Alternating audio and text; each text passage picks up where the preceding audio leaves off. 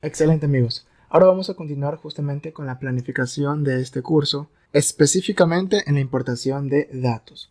Bueno, previamente habíamos visto justamente en la parte de intersección de valores. ¿Y a qué me refiero? Tenemos una base de datos que se denomina Squid, ¿cierto? Dentro de la misma, que básicamente es un arreglo rectangular de valores de data, estamos indexando de tal forma que solo nos aparezca la variable sex y la variable location, cuando estas toman el valor de 1 solamente. Entonces estamos observando cuando location y sex tome respectivamente el valor de 1. Y esto es muy importante porque se tiene que cumplir dicha condición para que se cree dicho objeto, variable, o en este caso también data frame, porque partimos de un data frame squid que va a ser indexado a fin de crear otro data frame que se denomina squidf or 1. Entonces, de nuestro data frame original de 2644 observaciones, tenemos que solamente 1031 observaciones cumplen con este par de condiciones. De hecho, si ubicamos aquí la pizarrita, observamos efectivamente que location y sex solamente gozarán del valor unitario, con respecto a todas las variables, por supuesto, porque no hice una indexación en cuanto a las columnas. Hasta ahora todo muy bien, se entiende perfectamente, ¿cierto? Bueno, continuamos entonces. Tenemos entonces squidf, pero recordemos que squidf ya lo habíamos creado. ¿De qué manera? De la siguiente manera. Habíamos dicho squid de sex cuando esta toma el valor de 1 y en el segundo espacio no le ubico absolutamente nada posterior a la coma porque sencillamente voy a indexar con respecto a todas y cada una de las columnas, a todas y cada una de las variables. Entonces básicamente detallamos la creación de valores que ya habíamos tenido. Recordemos que al inicio habíamos creado la variable u objeto denominado cell cuando este toma el valor de sex, ¿cierto? Igual a 1. De tal forma que al indexarlo aquí, sencillamente ya lo tendríamos de esta manera, ¿de acuerdo? Algo muy importante. Entonces, esto de aquí es muy similar a ubicar un squid de cell, espacio, coma, espacio. Porque cell, recordemos que cell es igual a ¿qué, amigos? Exacto, es igual a squid de sex cuando este toma el valor de igual a 1. Para que no nos confundamos, aquí detallémosle la asignación de.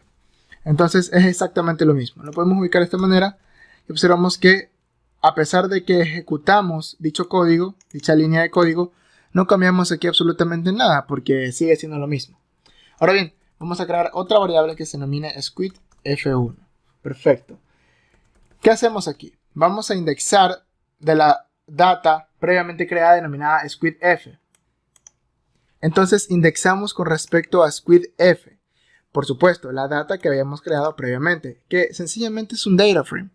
Es un data frame porque partimos de un data frame, que es justamente estoy aquí. En la mayoría del análisis estadístico y el análisis de datos, nos encontraremos con una representación visual matricial rectangular como la que estamos observando actualmente. Básicamente a eso nos referimos y cuando vemos justamente una referencia como tal, un cuadro con un número determinado de filas, observaciones, o con un número determinado de columnas, variables, la denominamos un data frame. Básicamente a eso nos referimos. Entonces, procedemos a indexar con respecto a squidf y tenemos entonces squid, ¿cierto? Con respecto a location, cuando este toma el valor de 1, coma, espacio. Nos ubicamos al final y presionamos control enter.